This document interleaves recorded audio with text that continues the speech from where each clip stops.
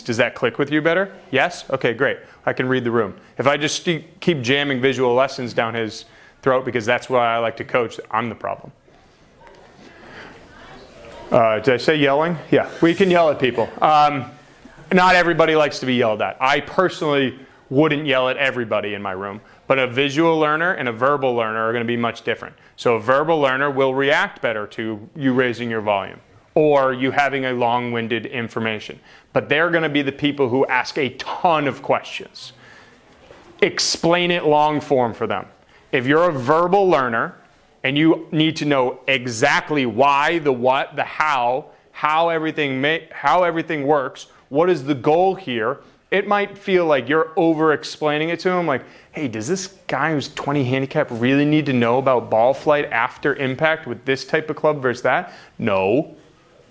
But if he keeps asking the question, it may saturate what he wants to hear. They want to know how the sausage is made. They want to know every single spice that goes in there. Everything needs to be long form for somebody who is a verbal learner. If somebody is not verbal learner and you keep explaining to them, they're going to find a different coach. I personally, if you over-explain it to me, I'd stop you.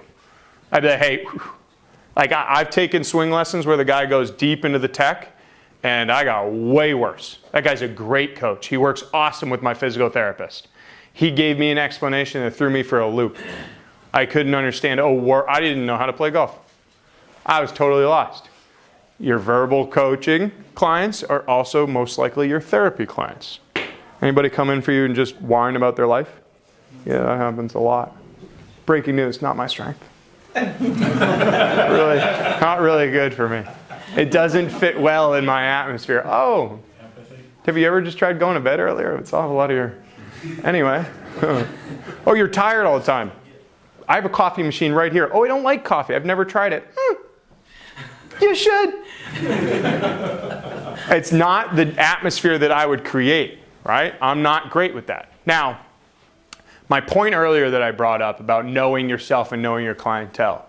If you have somebody who is a verbal learner and you're not doing right by them because you do not enjoy it or it's not your strength to over-explain, for example.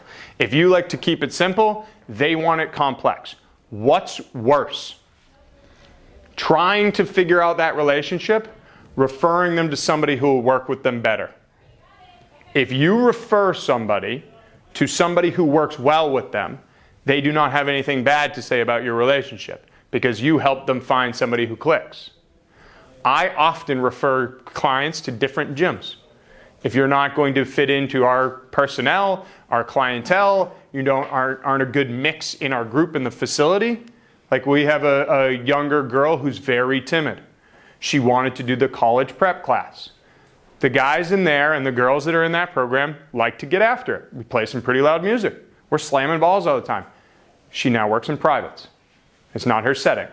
She's an awesome young woman. She's great to work with.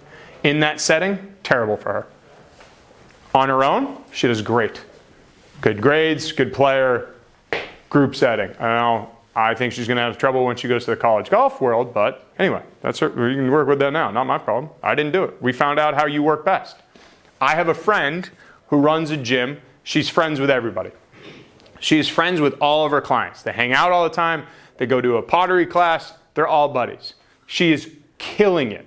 Somerville, I only have 2 tattoos. They have 42. I wouldn't fit in well. Her Christmas party is electric. The atmosphere there is alive. It's very fun to go to these things. But she created a community that fits for her teaching style. That's what she likes to do. In my gym, this is Bill. He's 82 years old. Bill has been working out longer than I've been alive. He does not need my help whatsoever. He likes to go in to a private session during my busiest hour when it's not private session availability. Bill holds court. It's awesome. When Bill talks, we listen. He's been in front of Congress 8 times. He has worked for Bill Gates and likewise. He tells a story and someone asks me for a demo, I go, hold on. Come on in. Bill's telling a story. But if you have clients that want one-on-one attention and do not expect you to engage with somebody who's walking by who you gave a lesson to earlier, and they have a problem with that, I would say they're the issue, not me. I'm creating an atmosphere where I'm approachable. I'm going to connect with my people.